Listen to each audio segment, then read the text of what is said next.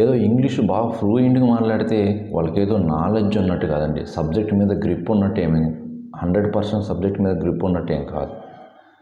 Even average skills పూర్గా English మాట్లాడే కూడా చాలామందికి సబ్జెక్ట్ ఉండొచ్చు, చాలామంది టెక్నికల్గా స్ట్రాంగ్ ఉండొచ్చు. ఇంగ్లీష్ మాట్లాడితేనే అతను టాలెంట్ అన్నట్టు కాదు. ఇంగ్లీష్ అనేది జస్ట్ ఒక లాంగ్వేజ్. అది మనకి ఏదైతే మనం చెప్పాలనుకుంటున్నామో అది ఎక్స్ప్రెస్ చేయటమే. But English is not a knowledge. Okay, English అనేది జస్ట్ ఒక లాంగ్వేజ్ లాగా చూడండి, అది కమ్యూనికేట్ అవ్వడానికి. బట్ ఇంగ్లీష్లో కొంచెం యావరేజ్గాను పూర్గాను ఉంటే ఇంకా అతనికి సబ్జెక్ట్ లేదని అనుకోకూడదు. ఏమో అతనికి చాలా మంచి టాలెంట్ ఉండొచ్చు, అతను ట్రై చేస్తే మంచి రిజల్ట్స్ తెప్పించవచ్చు.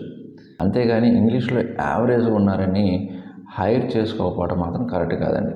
అతనికి ఒక అవకాశం ఇవ్వండి, అతనికి ఒక టెస్ట్ కండక్ట్ చేయండి, రిటన్ టెస్ట్ కండక్ట్ చేయండి, టాలెంట్ చూడండి, రియల్ టైం ప్రాబ్లం సాల్వ్ చేస్తున్నట్లే అది చూడండి. ఇంగ్లీష్ది ఏముంది, ఆటోమేటిక్గా ఇప్పుడు పూర్గా ఉండొచ్చు, యావరేజ్గా ఉండొచ్చు, తర్వాత స్లోగా నేర్చుకోవచ్చేమో. సో చాలామంది ఈ మధ్యకాలంలో ఈ హైరింగ్ మేనేజర్స్ కానీ ఆ సాఫ్ట్వేర్ ఇండస్ట్రీ ఇలానే చేస్తున్నాయి. ఫ్లూయెంట్గా ఉంటేనే అతనికి టెక్నికల్గా స్ట్రాంగ్ ఉంటారు అని అనుకుంటున్నారు. యావరేజ్ కమ్యూనికేషన్ స్కిల్స్ ఉన్న వాళ్ళు కూడా చాలామంది మంచి టాలెంట్ ఉన్నారండి, వాళ్ళకి అవకాశం ఇవ్వండి.